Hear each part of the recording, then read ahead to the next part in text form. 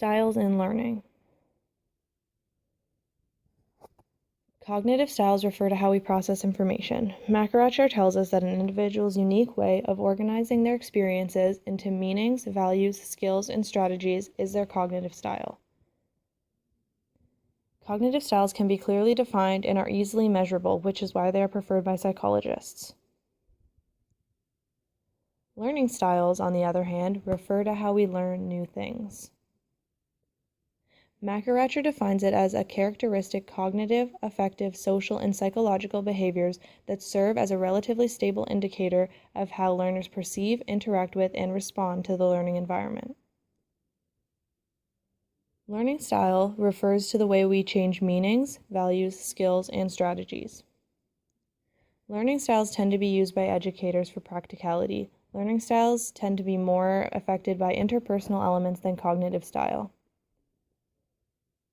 Cognitive ability refers to what you know or the content of cognition, whereas cognitive style refers to how you know or the mode used to process information. Cognitive ability is unipolar, a singular dimension of cognitive behavior. A person can only rank high or low on each dimension. Cognitive style is bipolar, meaning the behavior can range across a continuum of opposite poles. Individuals with the analytic cognitive style perceive an experience in terms of detailed, distinguishable features. They store information in memory in terms of differentiating narrow categories and verbal codes. Sequential strategies are used in thinking and reasoning.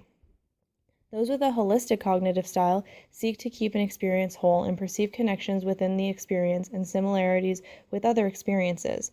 Individuals with this cognitive style store information in memory in terms of broad and overlapping categories and visual codes. Each individual tends towards one of the two cognitive styles. If our preferred style does not work, we may reluctantly use another. A third style, the synthetic integrated style, is when both the analytic and holistic styles are combined, which contribute to higher order capacity. This style is viewed as the epitome of rational and creative thought.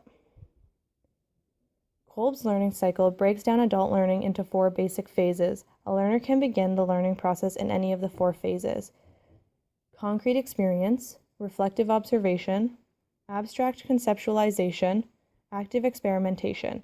Most people favor certain aspects of this learning cycle over others. There are 2 ways learners take in experience: concrete experience and abstract conceptualization. There are 2 ways learners can deal with experience: reflective observation and active experimentation.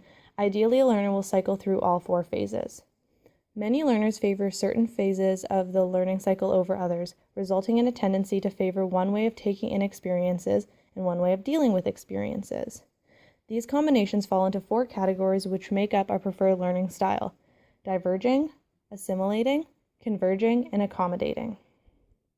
Kolb suggests learners should strive to develop learning strengths characterized by opposite learning styles in order to get the most out of their experiences.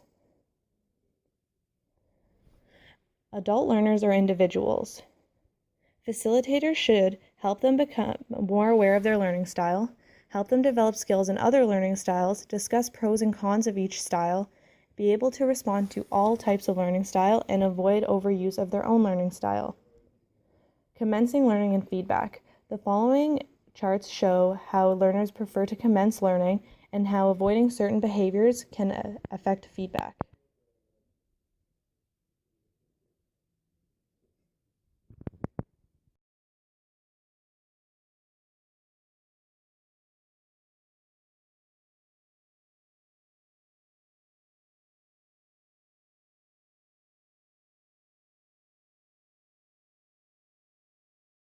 Created using Powtoon.